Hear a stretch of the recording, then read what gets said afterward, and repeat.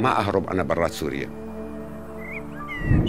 قال لي أنت خاين. أنا هيك اهتزيت، قلت له أنا ماني خاين، الخاين اللي ارتبط مع إسرائيل. قام قال لي يا فاعل يا عرصة، لو مرتبط مع إسرائيل ما أشرف والله. كانت فتاة صيدلية محسوبة على رابطة العمل الشيوعي تشحنني، تشحن عندي الهمة. 27 حزيران 1980 كان مصباح يوم جمعة الساعة 9، فات شي يركض كتير ناس لابسين بواط يركضون. احنا في طوق فوق شراقات يسموها. قاموا خرطشوا انه يذبحونا بدون محاكم بدون شيء، احنا بعضنا ابرياء بتهمتنا فاضيه. احنا كل واحد برك لحاله، قرفص هيك الحيط وبرك، جامدين ناشفين، واحد ما له لسان يحكي. انا ما احسنت ابكي، ما كنت متوقع انا اشهد مجزره وانه الناس تقتل. والله في ناس ابرياء، ابرياء مثلهم مثل اي واحد برا.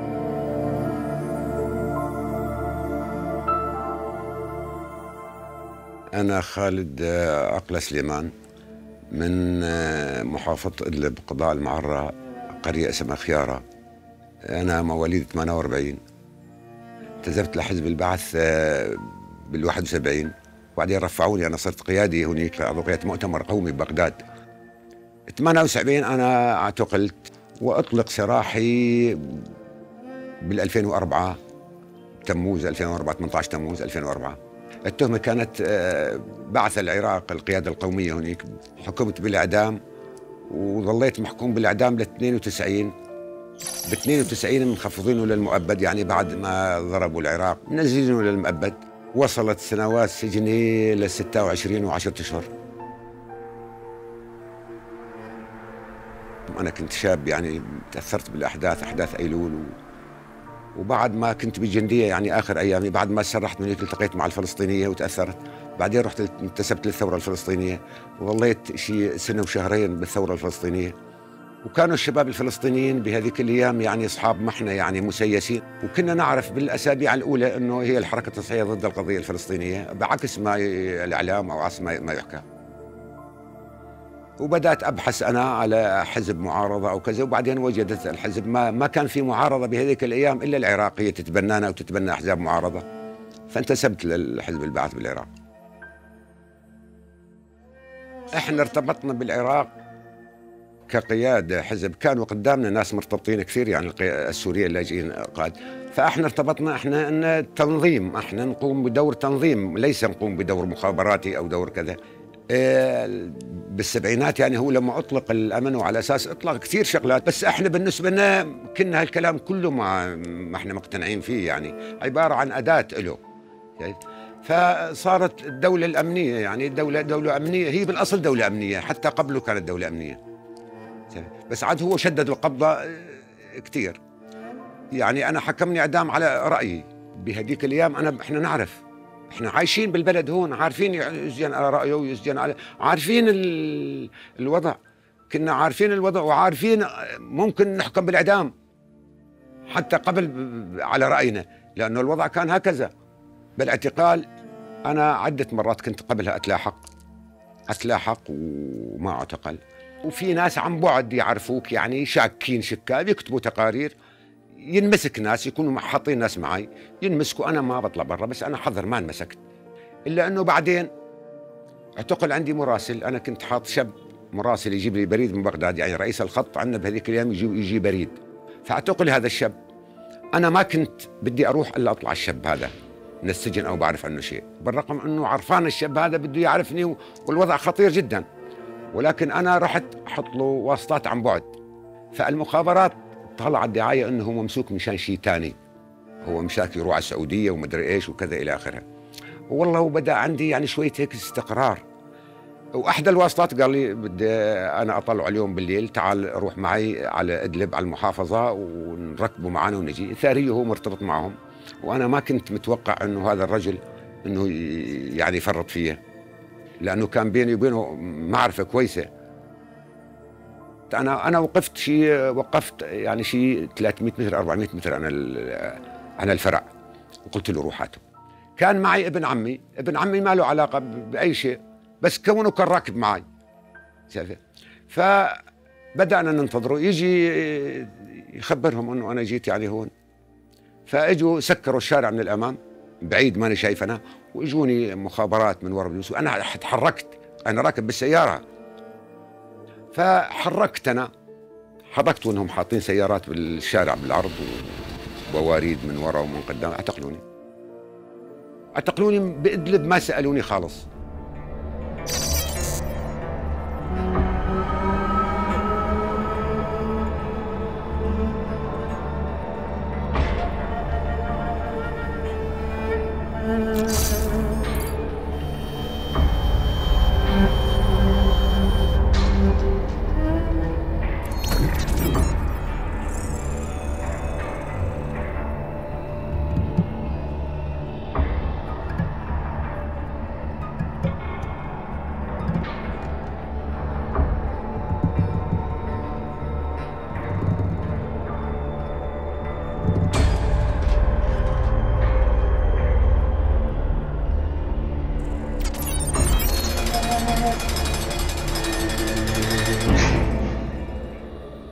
اسمك وكذا ذاتيه، وحطوني بالدوريه بالليل. هي العمليه بالليل حوالي الساعه شي 10 بالليل. بالليل سحبوني الشام. والله الطريق يعني كان كله تفكير بالنسبه لي انا، كيف بدي اواجه المحقق وكيف بدي احكي وكيف كذا. وانا عرفت انه الشاب المعتقل يعني حاكي كلمه، هي الكلمه وحده. هو اصل هذا صاحب البريد ما يعرف عني شيء. انا يعني انا ما بطلعه على اي امور اللي عندي كلياتها. هو يعرف انه يجيب لي بريد المحققين يعرفوا اللي يجيب لك بريد، انت رئيس خط لازم يكون عندك تنظيم كبير، لازم يكون عندك ناس، لازم يكون كذا. هو يعرف. فرحت للشام. لما وصلونا دمشق يعني الفجر، فنزلونا على المنفردات وبدأ معي التحقيق أنا. فالمهم بدأ التحقيق معي. أنا رفضت أحكي، قال لي بدي إياهم هم يسألوني على قضية، هم ما يفعلوا. ما سألوني. يا أخي اسألوني ليش عم تقتلوني أنا للمحقق؟ يقول لي ما بدنا شيء منك، بدنا نقتلك. فالقتل بعد فترة ظلوا يقتلوني 16 يوم. يعني حتى وصلت كان يجينا طبيب عقيد قال لهم هذا ما تقتلوه، يعني هذا بأي وقت يوقف قلبه، لازم تتركوه يومين 3 وكذا وترجعوا عليه. يعني 16 يوم ما حكوا شيء. بعد 16 يوم سألوني هم في لقطة حلوة. كان رمضان، فأنا صمت وأنا بالتحقيق. فلما سألني المحقق قال لي جيبوا له مي أو كذا، قلت له صايم. سطل. قال إذا كل العذاب وهو صايم شو بده يعترف؟ لسه ما نهار. أنا كنت متوقع الموت قبل ما وأني عم بشتغل كل الفترة هاي، إنه أنا ممكن يقتلوني حتى أموت، ممكن يضربوني ضربة قاضية أموت. يعني كنت مستعد لها حتى للناحية هاي. أذكر لقطة هيك، كان المحقق عم يحقق معي كأنه عقيد، أنا مطمش والله ما أشوف. قال لي أنت خاين. أنا هيك اهتزيت. قلت له أنا ماني خاين، الخاين اللي ارتبط مع إسرائيل. قال لي يا فاعل يا عرصة، لو ما ارتبط مع إسرائيل ما أشرف والله. بعد 16 يوم قال لي هات احكي لي على العلاقة أنت وخالد النمر، هذاك المراسل تبعي خالد النمر. قلت له أنا العلاقة أنا وخالد النمر يعني كانت زمالة. ليش ما سألت من الأول؟ أنا منظم مع العراق وخالد النمر حطيته مراسل. ما الموضوع هذا الموضوع يعني عاد ما في مجال، الموضوع كذا كذا. هم بدهم مني ناس، أنا كنت مصر ما باخذ ناس. يعني أنا لما كنت أتلاحق كنت بعرف النظام اللي أبات عنده بده يحبسه مثلا 10 سنين أو 15 سنة. اللي بات عنده إذا بدي أقول له أنا وأنا ملاحق كنت بايت عند فلان، شايف وين؟ أو واحد يقاويني وأنا كنت أتلاحق أو كذا. يعني النظام شغلة رهيبة بهذيك الأيام. فأنا يسألني لما كنت تتلاحق أو كنت كذا وين كنت تروح؟ أقول له أنا أروح على الناس ما بعرفه. استمر التحقيق معي والتعذيب أنا يعني 4 أشهر، ونقلوني من فرع لفرع آخر كمان استمر 2 شهر. بعده انتقلت للفرع الحلبوني. كان الحلبوني كان سجن وفرع بهذيك الايام.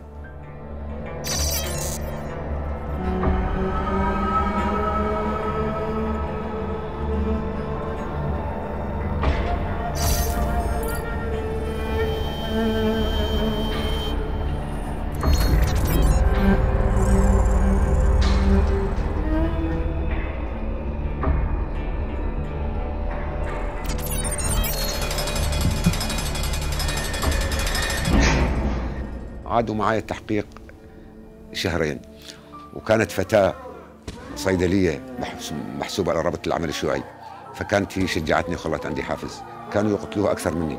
البنت اسمها سناء الكردي من جبلة ما بتعترف، ويقتلوني أنا. والقتل إحنا بالممرات يقتلوني، يعني الطرف يسمع الطرف الآخر بس ما يعرفوا، نعرف على موجب الزنزانة. فكانوا يقتلوها كثير. أنا جوا وأنا منها يعني مقتول كثير. أقول طيب إذا بنت وبهالطريقة هاي يعني لازم أنا أكون يعني جسديا وأمور تشحنني، تشحن عندي الهمة، تعطيني حافز. هي يقتلوها وشتمهم، وشتم الرئيس وشتم كذا وشتم كذا، ويجيبوا لها الاعتراف عليها، تقول لهم هذا منهار، هذا منهار كذاب، هذا ما له علاقة. هو رغم أنه يعني هو اللي واصلها. والله ما كنت أشعر هالباب بينفتح علي من أول ما انسجنت، وحتى بعد فترة بعد ما طلعت وانتقلت على السجن بالشام، جوني أهلي زيارة وكان عندي مرة أنا متزوجة جديد عندها ولد. قلت لها روحي تزوجي. قلت لها روح زوجي أنا سجنتي طويلة وممكن أطلع ممكن ما أطلع. يعني وكانوا أخوتها معها، قلت لهم خلوها تروح تترك عندها الولد، تتركه على أهلي وتروح تتزوج. أنا كنت ناذر نفسي يعني بالأصل، يعني مصر. أمي قالت لي كلمة يعني ما أنساها، اجتني الحجة كانت كبيرة، قالت لي والله أنا ماني خايفة عليك بس خايفين على حالنا من بعدك. هاي الكلمة ما فارقتني كل هالسجن ولا يزال. لما يصير قتل زيادة يركزوا علي مثلا 4-5 أيام ورا بعض أو أكثر، الوضع الجسدي بس مو الوضع النفسي.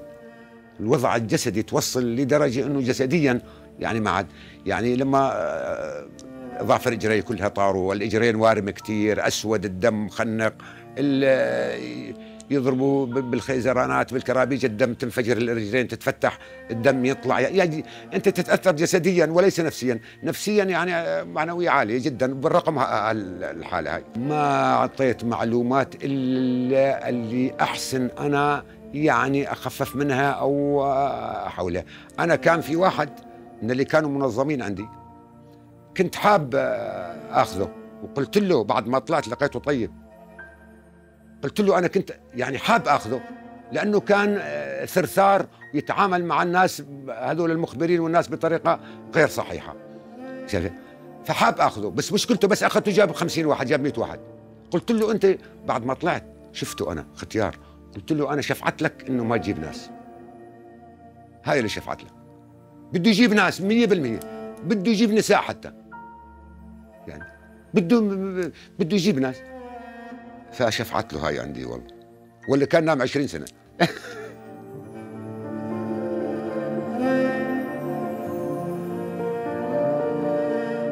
يعني أنا ظليت 6 أشهر بالفروع، بعدها انتقلت على كفر سوسة.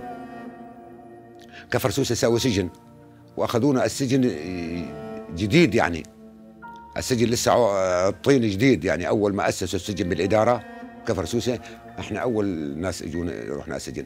رحت أنا ظليت بالسجن يعني شي سنتين وشهرين بكفر سوسة، بعدين ترحلت على تدمر.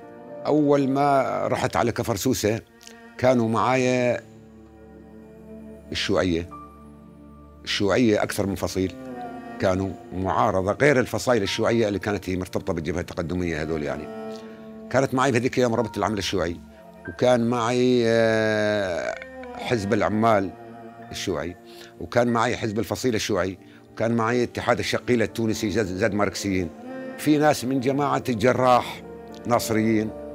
وبعدين اجوا الإخوان، صار عندنا زحمة لما اجوا الإخوان، اجت إخوان بكثرة. يعني بالأول ظلينا شي سنة ونص ما كان في إخوان، كنا مع هذول. بعدين أنا نقلوني من عند اليمين، نقلوني على أعضاء اللجنة المركزية حطوني مع أعضاء اللجنة المركزية الشيوعيين، نقلونا 5 احنا من جماعة اليمين من الإدارة، بعث انه هذول تشيلوهم من اليمين، انه هم مشان ما نأثر على اليمين بالسجن. يعني نقلونا لعند الشيوعيين، زاد حاطين أعضاء اللجنة المركزية بمهجع 28 واحد، نقلونا عليهم. وأول ما جينا ما كانوا حابين احنا نجيهم، يعني هم كانوا بدهم من الشيوعيين الثانيين، يعني مو بس. بعد ما جينا صار بيننا وبينهم زمالة يعني، وعشنا مع بعض مع شيء سنة ونص، علاقة جيدة يعني الشباب بهذيك اليوم. مصباح 15/5 15/5/80 جابوا لنا باصات وسيارات كبار وعندنا قراض هيك حطوهن واخذونا تدمر. كان نهار جمعة، فلما جابونا على الطريق، يعني الطريق والله الجو كان عادي، يعني معانا ما انه هيك مكلبجين وكذا، ما انه الحياة صعبة يعني علينا، عاديين من تقليد. بس عرفنا تدمر، وكنا نتوقع انهم قلنا خاف يطلعونا، صار عندهم زحمات وامور والاخوان المسلمين واشكالات، يعني بلكي الله داهم يطلعونا. رحنا تدمر، رحت اول دفعه احنا اول دفعه اخذونا 80 واحد، احنا كنا تابعين للحزب العراق 26 والباقي اخوان. يعني انت تنظر يعني هاي النظرات كانك عم تودع الارض او تودع الصحراء او تودع الطرقات، يا شلون؟ اي والله. ولما جيت بتدمر هم اعطونا اماناتنا، فانا اعطوني شهادات وهويه وكذا حاطن، كنت بدي ازتها بتدمر بالشارع عسى انه حدا يوصلهم لاهاليهم او يسجلون. ما احسنت، كان معنا مخابرات راكبين معنا، ما احسنت، ولا كنت مجهزهم بدي ازتهم بالشارع اذا استطاعت، بلكي حدا يوصلهم لاهلنا انه احنا انتقلنا لتدمر.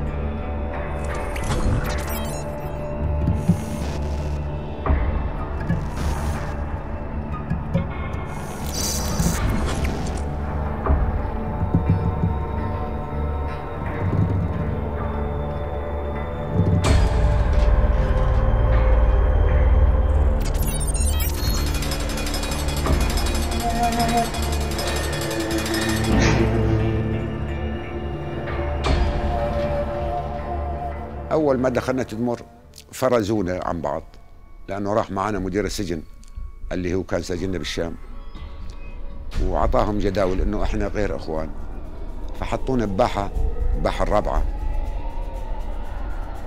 وما كان في ولا سجين لسه، بس ما كانوا يقتلونا، حطونا بالسجن. مدير السجن ما بيعرف أول ما إجا إنه تعليمات، ما تعليمات قتل، جلد إلى آخره، ما كان يعرف. ظلينا بهالسجن هذا شهر و12 يوم حتى صارت المجزرة. المجموعات الإخوان وإحنا جماعة اليمين اللي 26 واحد ترحلنا بالأول، بعدين ما رحلوا غيرنا، إحنا ترحلنا مع الدفعة الأولى هذه، لأنه ظلوا يجيبوا إخوان، جابوا كميات كثيرة. إحنا نسمع تدخيلهم، يجي يركضوهم ركض، يجيبوا مساجين ويضربوهم بالكرابيج ويجلدوهم، يدخلوهم على الباحات الثانية.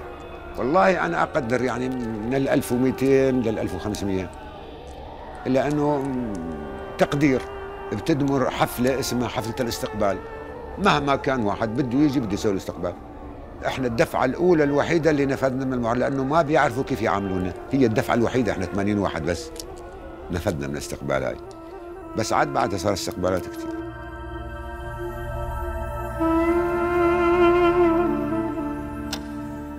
27 حزيمران 1980 كان مصباح يوم جمعة، وكانوا من الرقباء هذول اللي مارسوا يعني مع العساكر الجلادين هذول يسميه رئيس وجبه. فكان أول من وصلنا للمتجرة كان في يعني معاهم ناس من الرقة، 2 3 رقباء يعني يفوتوا علينا لما يجيبوا لنا طعام كذا. إلى أنه نهار الجمعة كانوا مبعدينهم إجازات، منطينهم اجازات ومبعدينهم. فهو شو صاير غاد بالشام احنا ما بنعرف. صاير اغتيال لحافظ اسد ب 25 شهر، ضربه واحد بقنبله او كذا، شايف له اغتيال. احنا ما كنا نعرف يعني انه صاير اغتيال، الا انه هذيك النهار اجوا تفقدونا صباحا الساعه 8،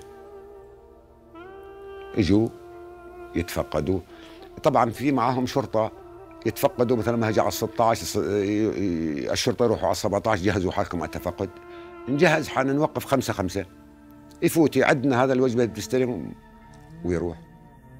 عددنا ما كنا نعرف عدد السجن بشكل عام، كنا نعرف عددنا احنا 26 واحد.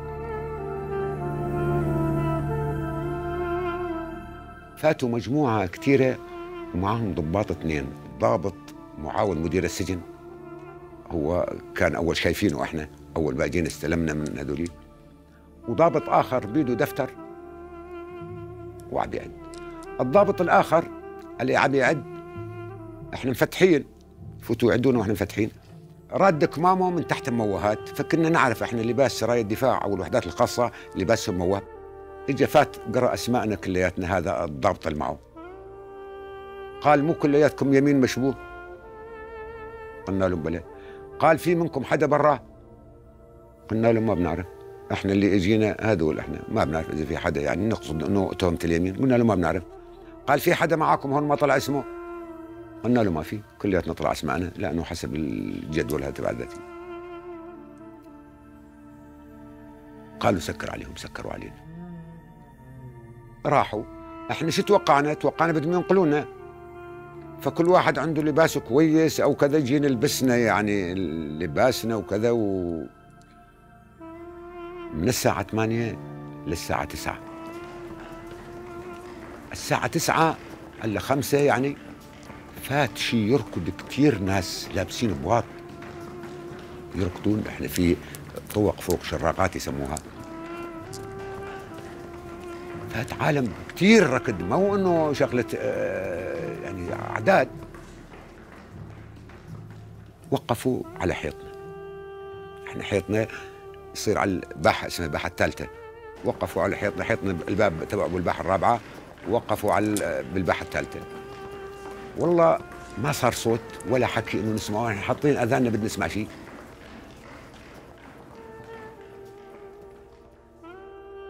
قاموا خرطشوا كمية سلاح كثير، يعني الكل خرطش مئات.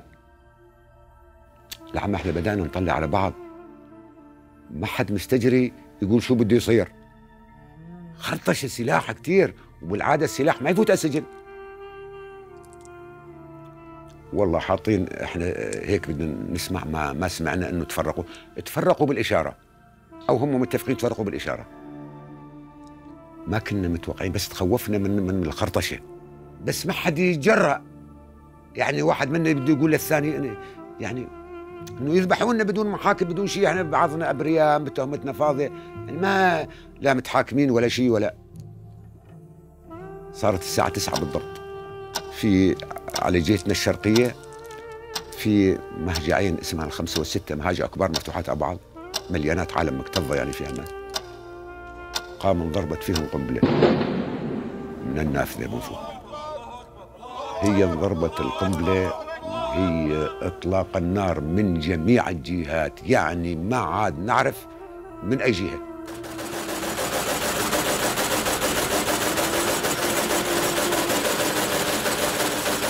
بني ادمين اول ما صار اطلاق النار سمعنا صوت التكبير، يعني ضربت القنبله سمعنا، بس انقتلت العالم ما عنا نسمع اصوات. احنا مشينا درنا ظهرنا للباب وكنا على الحيط. في معنا واحد حلبي انعدم، بعدين عدموه بالحبل، اسمه عبد الفتاح الناطور. قال يا شباب مشان ما نموت هو بطرف الماء، خلونا نموت عند الباب. ركضنا على الباب لانه الضرب بده يجي من الباب، ركضنا على الباب ودرنا ظهرنا للباب، الكل بده يصير من يم الباب حتى يقتل قبل الثاني. قمنا سامحني سامحني سامحني، ما حد متوقع انه يكفي هاي الكلمه. احنا بدأنا أنا لي ابن عم قال لي سامحني سامحني، لحظات إحنا بالجنة إن شاء الله. الباب حاطين عليه رقيب من الشرطة العسكرية، الرقيب يخرطش بالطاقة، إحنا نفكر عم يفتح القفل ورصاص وكذا، تسمع الخرب، هو يفتح يتفرج على منظرنا ويسكر. ظل إطلاق النار للساعة 12، 3 ساعات بالمهجع هون بالمهجع هون، تصفية الساعة 12. الساعة 12 وقف إطلاق النار خالص. بعد ما راح شيء 10 دقائق ربع ساعة، وإنه في طيارات هليكوبتر عديناها نحن من الطاقة، هاي الطوق كذا أقلعوا من الباحة، 8 طائرات عديناهم، 8 طائرات هليكوبتر خضر جدد، ما كانوا مموهين يعني يساعدوا. الساعة 12 لما راحوا وقفلوا علينا الباب، احنا كانت المي مقطوعة عنا، تكسرت المواسير والكهرباء مقطوعة علينا كمان تكفت. احنا بركنا ما بنعرف شو في برا، يرجعوا علينا ما يرجعوا، في ناس غيرنا في ناس كذا، احنا كل واحد برك لحاله، قرفص هيك الحيط وبرك، جامدين ناشفين، واحد ما له لسان يحكي، يعني ما في حد يقدر يحكي مع واحد، باركين كأنه أمواتا.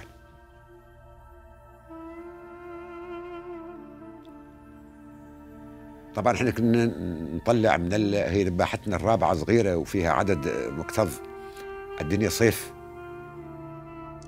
خرج الدم من تحت الأبواب، نطلع تلاقي الدم يعني واقف، دم والزبد تبعه أصفر، دم الدنيا شوب، وعداد كثيرة انذبحت، قتلت بالمهاجع فرد لحظة، كل مهجع قدامه ناس، يعني القتل كل واحد قتل بمحله فرد لحظة. في يعني في شيء 20 25 مهجع، يعني بين 20 وال25، لأنه هذا ظل إطلاق النار الحيطان أرصاص، وأنا تنقلت تقريبا بكل المهاجع تدمر بعدها اللي هي مأثر بالحيطان. وقف التفكير، يعني ما عاد في مجال للتفكير، يعني احنا لما بدأنا نسامح بعض ما عاد في منك مجال للتفكير، يعني عملية صارت أسرع من التفكير. سمعنا صوت عم يأذن أو عم يذكر، نهار جمعة كان بالمسجد، احنا سكر علينا هذا وراح، قمنا صلينا الظهر